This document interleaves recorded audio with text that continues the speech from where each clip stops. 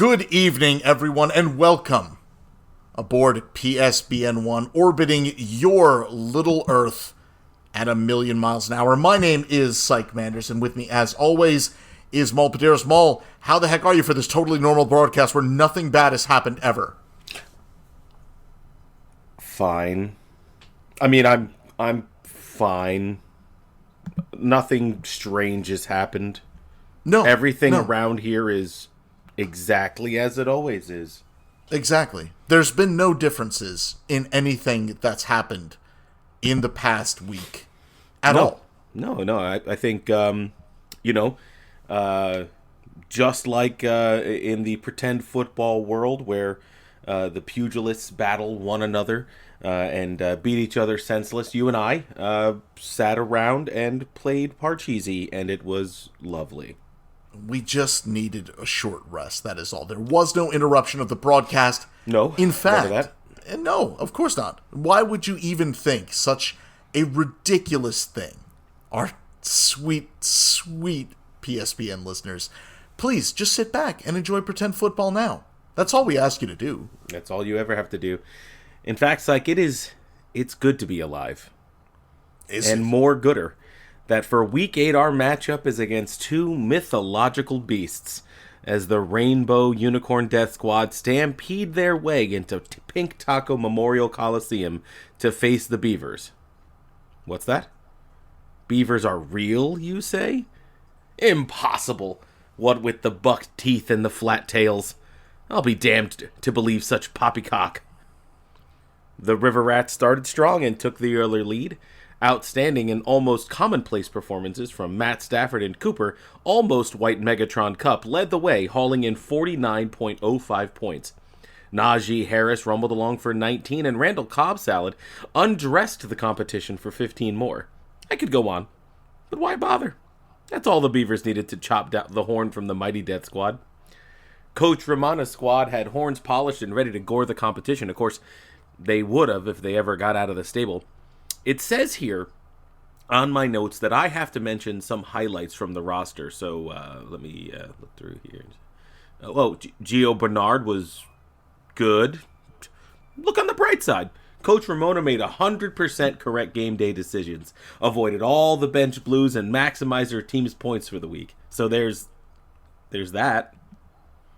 The fictitious Beavers double up and blow out the Unicornos, 129.85 to 61.95. Calm down there, Greg. Save some whoopings for the rest of the league. We will all be waiting to see what the Beavers can keep pace against the suddenly surging You're Still on Mute, while the Death Squad goes into a huge uphill battle against the Pickle Boys and the league-leading Cumberland crew. How about those Beavers there, Syke? An absolute bloodbath. Yeah, I certainly did not see this one coming. I used all of the advanced PSBN 1 scanning equipment to try to see if they even had a chance, and lo and behold, they just had enough. Every team has their breaking point. Yeah, that's absolutely true. I mean, we all have our breaking points, don't we? Don't we say?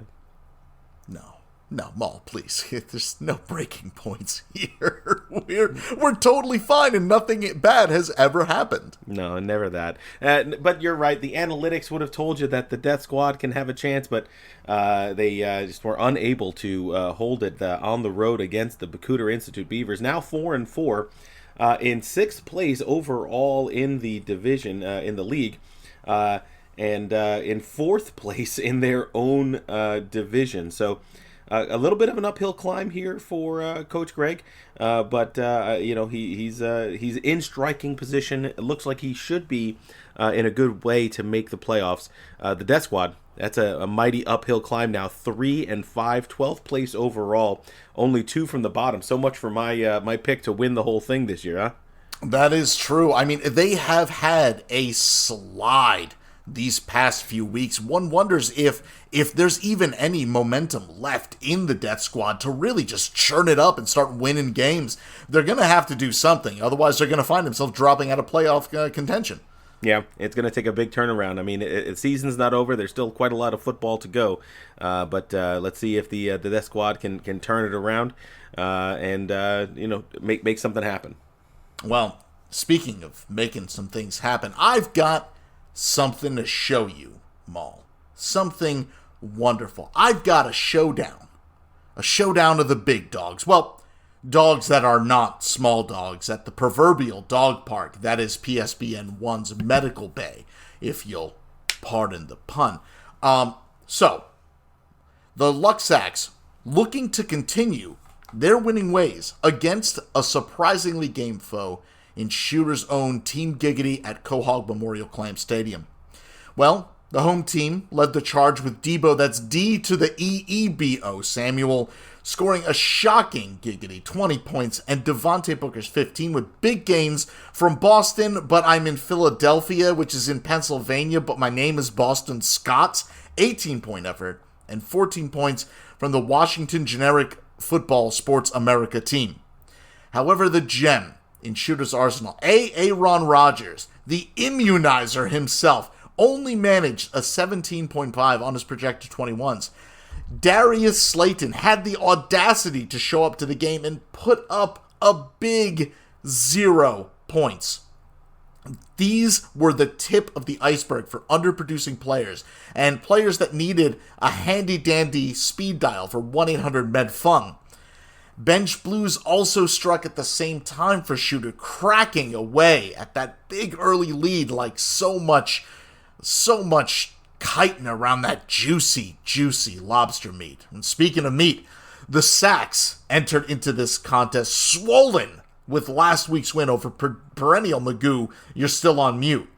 Tom No Seeds Brady managed a tidy 28.9 point run, added by DK, yes, that's actually, that is my name and how I choose to say it, Metcalf, with a huge 21-point effort.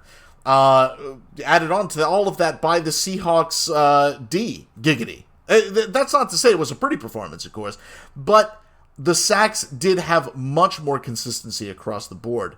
They managed to clobber Team Giggity into submission, Giggity.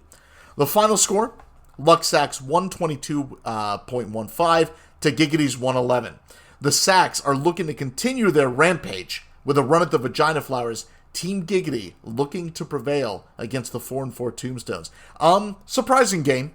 Shooter has been on, a bit of a tear, and to see him just smack down, you gotta wonder if this is going to lead to a slide, or if this is going to just be motivation for him to get back at those damned Luxacs.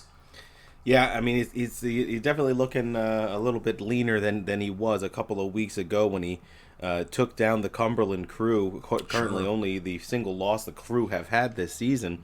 But Shooter, he's a cagey veteran. He knows what he has to do to try to do that. But next week is going to be really tough. The Tombstones are well ahead in the projections, looking like they should be able to win this one going in Quahog.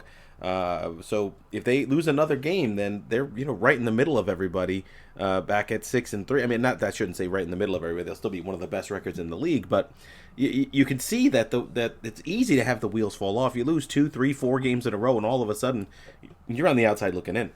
Yeah, absolutely. That's absolutely right, Maul. As far as all of that goes, there's also the mystery of what is up with Aaron Rodgers, the immunizer. I mean, he calls himself that, but what does that mean exactly? You're immunized? Yeah, I'm pretty certain it has to do with the product that he has been using in his hair. It protects him from all different types of things, whether it's flu or the common cold, or in this case, I suppose even COVID. But as we've known through a couple of rumbles, COVID will come and get you. Without Rodgers, I don't know if Giggity's going to be able to kind of keep it together. That's a big piece to lose. Most certainly, and certainly a big piece to just trust that he's. I mean, you got to trust the guy. Apparently, he's immune like a like a vampire is, to being shot or something. I don't know. I don't even know what that means. I wouldn't trust any hairspray over COVID-19. My God, Maul, we've seen what the man can do in a wrestling ring. Yeah, you're not wrong. But the Luxacs, they cruise to the victory, 6-2 now, 3-1 inside of the division. They have a matchup next week, as you mentioned, against the Vagina Flowers. There's no love lost between these two teams, and it right now looks like the Flowers are off to. They are projected to win this. Should be a pretty close matchup, though. This would be quite an upset if the Flowers were able to take down the Luxacs during Week 9. Definitely, that would change the picture a lot. A lot of these 3-5 teams, they're going to start to lose their relevance if they start to lose, right? I mean, you've got your jokes. You got Funky Butt Lovin'. I don't care how many people say that he's going to do well against the South Sharks Grave Legs. I don't think it's going to happen. I don't think he's got a snowball's chance. You've got the 51ers.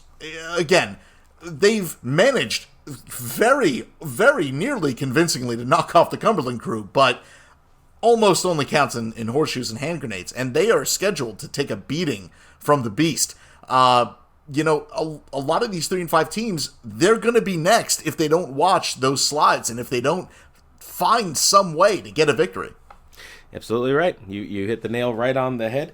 You're Still on Mute, also 3-5. They play the Beavers. We talked about that matchup.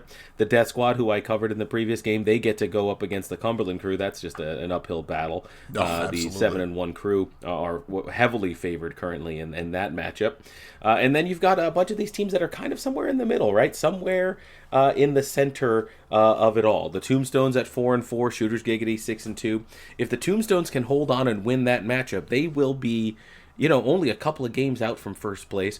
And then, of course, what could be game of the week, the Knights of the King of Limbs, heavily favored right now to beat the Miami Uramies. And as we've seen before, don't count Catherine out. She has been the underdog in a handful of games, and she has won many, many, many of them. That is true. Knights of the King of Limbs have looked pretty good as of late, but they have had their rough spots here and there. And we'll see, if they don't come into this a little too overconfident and end up getting the doors blown off.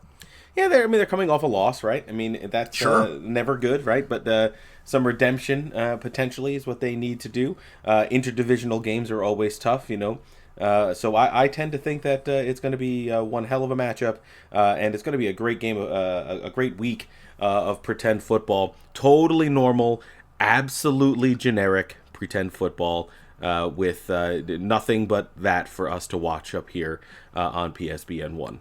Absolutely. There's no reason to look through any archives or try to contact Emlon Iusk and see exactly what happened up here, or Beth Jessos. There's no need to reach out to them at all. None at all. Nope. Nothing.